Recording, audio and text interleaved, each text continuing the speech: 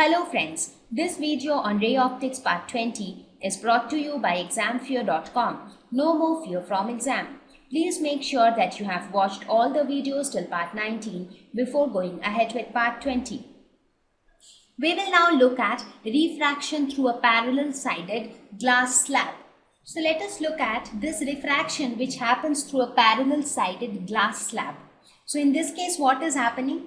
First, the medium is air. That means it is crossing three mediums. The first medium is air, the second medium is glass, and the third medium is air again. So that means the refractive index of glass is greater than the refractive index of air. So this is a rarer medium, this is a denser medium, and this is a rarer medium again. So what is happening? This is my incident ray. It hits this boundary.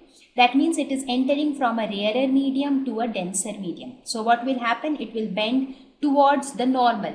Which is the normal? This dotted line is the normal. So it bends towards the normal. So this is the angle of refraction.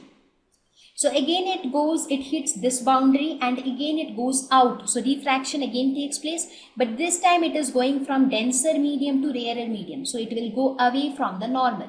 So this is the angle of refraction. So in this case, the angle of refraction is greater than the angle of incidence, right?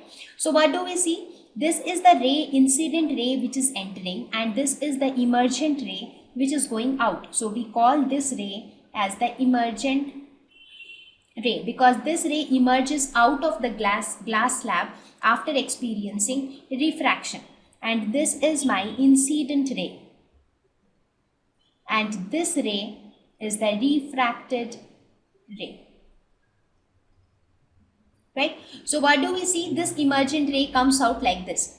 Now the incident ray, had the incident ray been there, it would have come out somewhat like this. But because of refraction, the ray came out from here. So there is a shift, there is a net shift of the incident ray from the emergent ray from the incident ray. So this shift is known as lateral shift. So this lateral shift takes place on account of refraction. So because of refraction, it often happens that we fail to see the actual position of an object.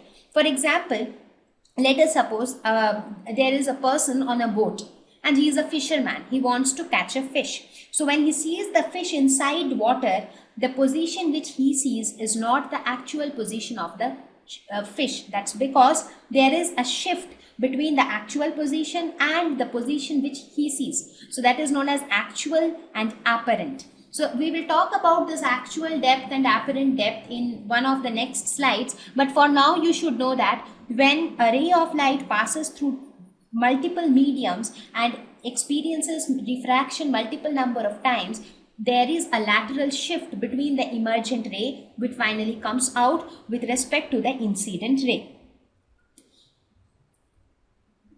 So in this case, if you are observing the ray which is coming out, right, the ray which you are observing is the emergent ray and not the incident ray. This is the point to be noted because incident ray had got already refracted. So the ray which is coming out is the emergent ray.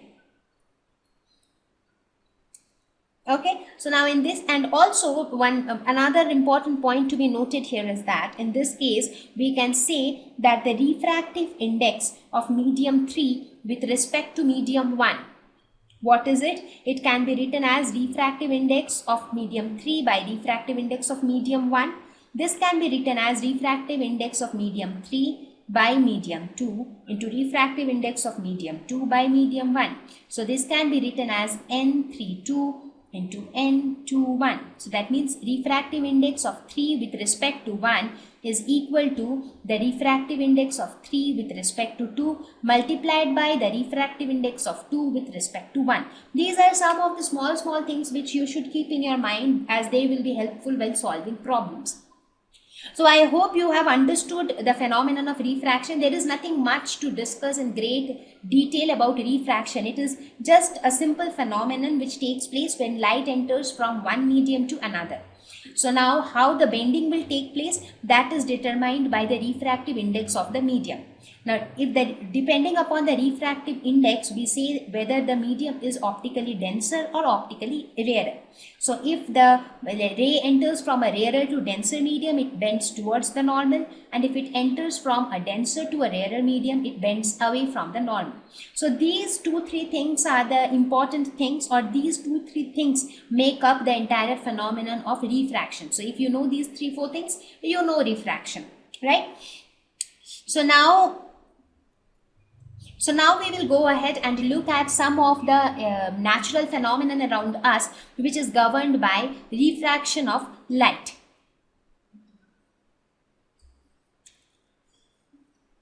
The first one talks about advanced sunrise and delayed sunset.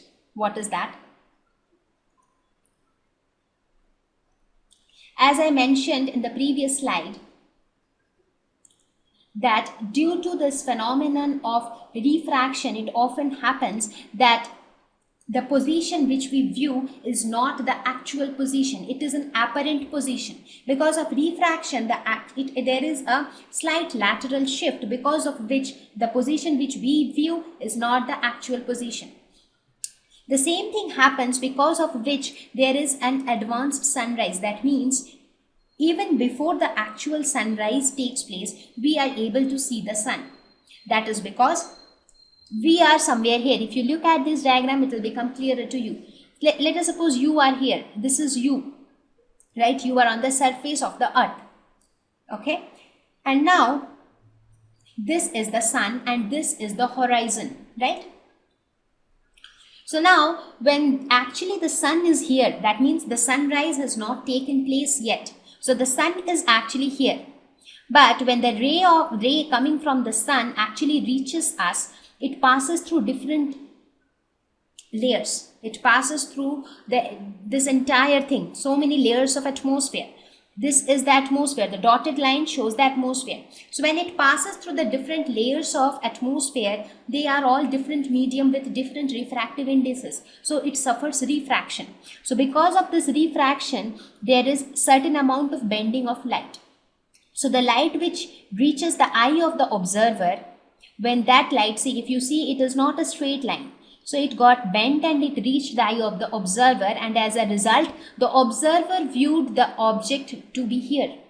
So actually object was here, but the observer viewed it here. So according to the observer, the sun is here. That means the observer thinks the sunrise has already taken place, but actually the sunrise has not yet taken place. So this is known as advanced sunrise. That means to see the sunrise even before it has actually taken place. So the observer has seen the sunrise in advance. This is because of refraction. Similarly, there is a delayed sunset. During sunset, the actual position of the sun is here. But again, here this ray then goes and it bends while it reaches the eye of the observer. So that ray, the bent ray, when taken into consideration, because for example, whatever ray reaches our eye, we will look in that line of sight. So the line of sight for that observer, when this light bends in this way, so when the observer sees, he could see the sun to be here. That means even though the sun set has already taken place, the sun had already set, but even then we can see the sun, because in that case also the same thing happens here.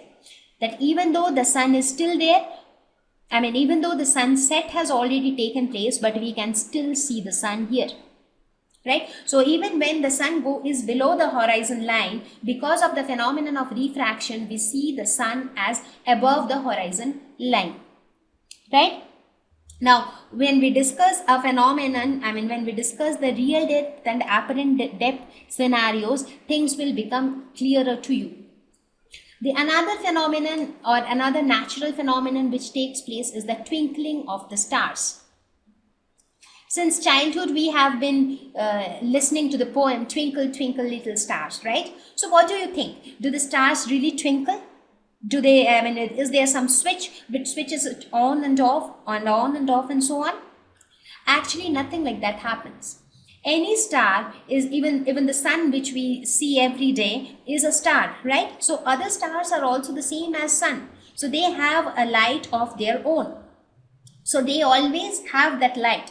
But why we see them as twinkling is that when that light reaches, by the time the light reaches our eye, it passes through the various layers of the atmosphere, which you can see here.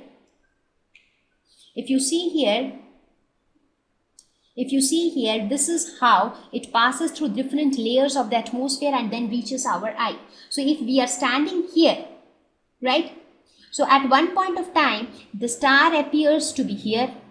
If you look at this figure, so the location, I mean, sometimes it appears here, sometimes it appears there. It happens something like this. Sometimes I see the star to be here, sometimes I see it here, again I see it here, again I see it here, and so on and so forth. So if you see one object at two different places at a very frequent interval of time, then you feel that that object is twinkling, right? You try it on your own. Let us suppose you take take two small balls, one red ball and one green ball. You place both the balls very close to each other. You ask somebody to hold the two balls, and then you keep moving the two balls. I mean, at once you have this red ball, and then again you have this green ball, again this red ball, again this green ball. So if you keep changing the position, if you alternately at one time you see one ball, then you will see that you will feel as if that one particular point is becoming red, then the same point is becoming green again the same point is becoming red, and the same point is becoming green again. But actually that is not happening. It is like, because the position is changing. So here also the same thing happened. The star is there, the light is there, just that the position of the star is keep on changing. And because of this frequent change in position of the star, we feel that the star is twinkling. So this twinkling of star is also a phenomenon of refraction of light. So basically in refraction, what happens, since the rays of light bends, so when it reaches our eye, we observe in that sight, that line of sight. For example, if you look at the previous example, so if you look at this example, in this case, the ray which reaches our eye is this ray, right? That is the emergent ray. So when we view some object, we will view it along this line.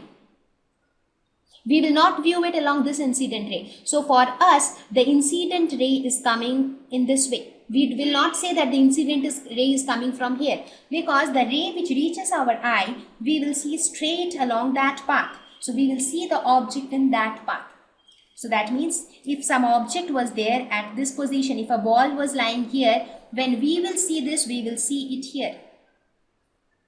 Right? So that shift will always take place due to the phenomenon of refraction. And because of this lateral shift, because of this shift in the position of an object, we often do not see the actual position of an object in case of refraction.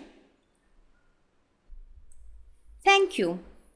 Please visit examfear.com to watch free educational videos, try free online tests, get the best quality study materials, study from the best tutors and mentors, and much more.